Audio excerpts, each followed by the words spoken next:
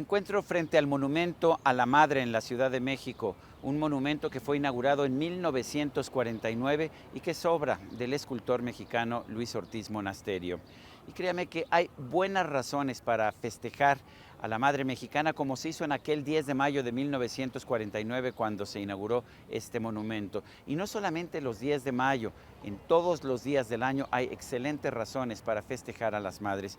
Pero me parece que las razones son particularmente importantes para celebrar a las madres solas, no necesariamente las madres solteras. Las madres solas son aquellas que encabezan hogares, aquellas que tienen que salir a trabajar y laborar el doble que los demás para ganar la mitad. Estas madres que después de una jornada completa y de un asfixiante trayecto en el transporte público, regresan a su casa por la noche para alimentar a sus hijos, para hacer con ellos las tareas, para bañarlos, para ponerlos a dormir. Estas madres solas son la columna vertebral de la sociedad mexicana y un ejemplo para todos. Y sin embargo, constantemente les ponemos obstáculos en lugar de apoyarlas. Una tercera parte de los hogares en nuestro país son encabezados por una mujer sin el apoyo de un marido o pareja. Este número ha venido creciendo a lo largo de las décadas. La familia tradicional ha perdido importancia. Millones de hombres se han desentendido de sus responsabilidades como padres, pero las mujeres no tienen el lujo de desentenderse. No pueden abandonar a sus hijos como lo hacen cotidianamente tantos padres en nuestro país. La explosión de divorcios y separaciones que ha vivido la sociedad mexicana en las últimas décadas ha tenido algunos aspectos positivos. Las parejas ya no tienen la obligación de mantenerse juntas, aunque ya no se quieran, aunque se detesten. A ver, me preguntas qué tanto ha crecido la población de madres solas que no tienen pareja. Para empezar, te diría que en general las familias monoparentales han aumentado mucho en México. Teníamos en 2010 aproximadamente 24% de familias monoparentales y hoy en día ya tenemos más del 29%. Estamos hablando de 9.200.000 familias monoparentales. De este volumen enorme de casi 10 millones de familias, una quinta parte, o sea, aproximadamente 2 millones de familias son de mujeres que son las jefas de familia.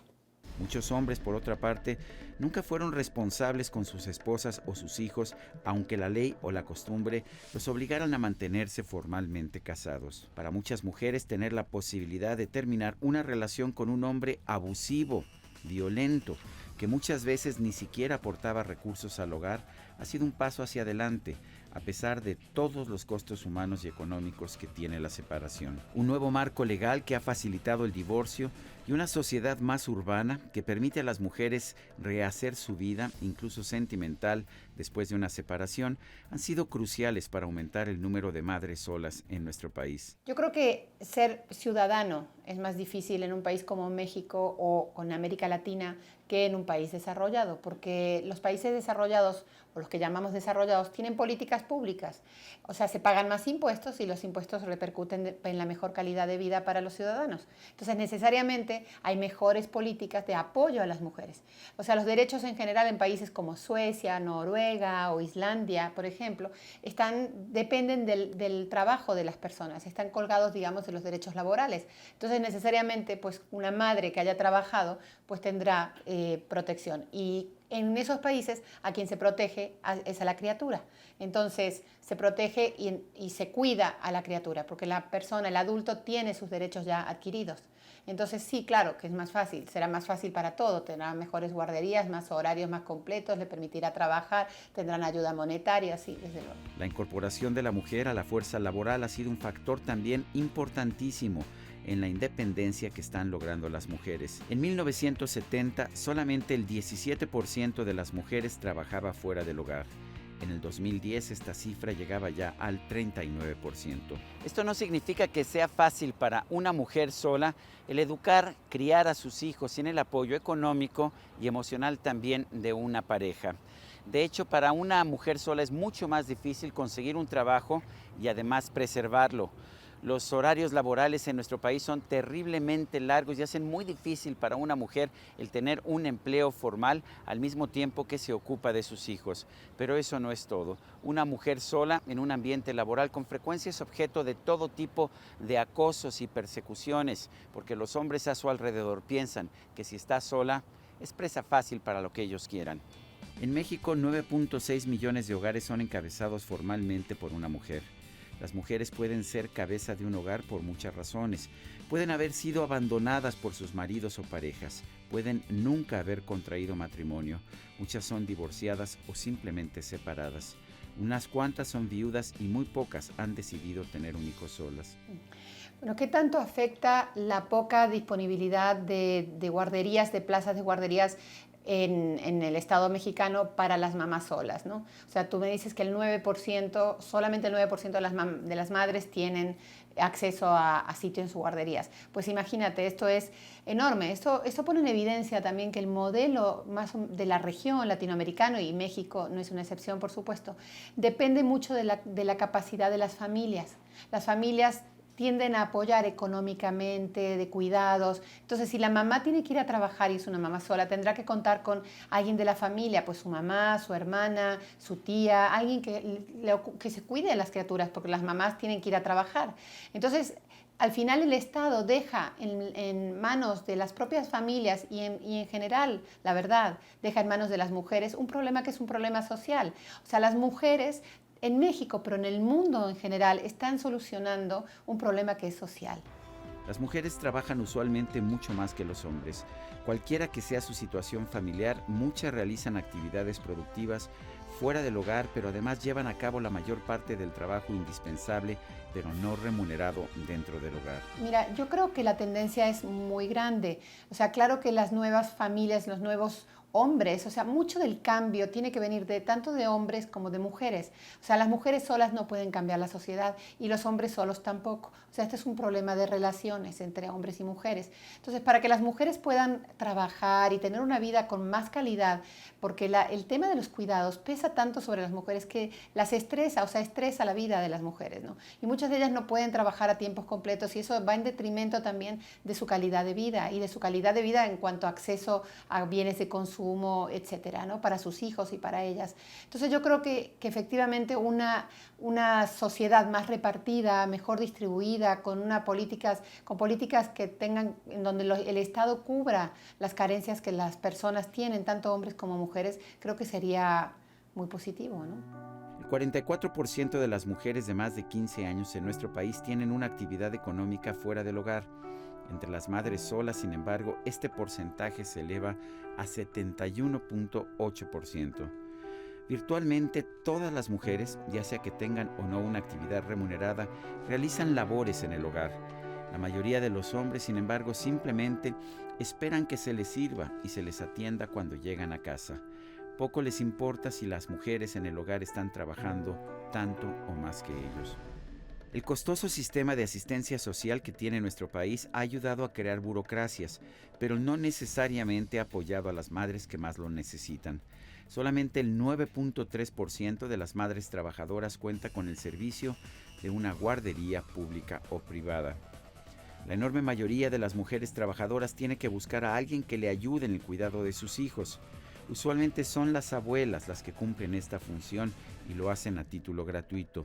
Pero no todos los niños tienen abuela, ni las abuelas pueden seguir trabajando sin percibir un ingreso hasta caerse muertas. A los políticos les encanta, ya sabe usted, pararse el cuello y decir que ellos están ahí para apoyar a las madres, particularmente a las madres trabajadoras.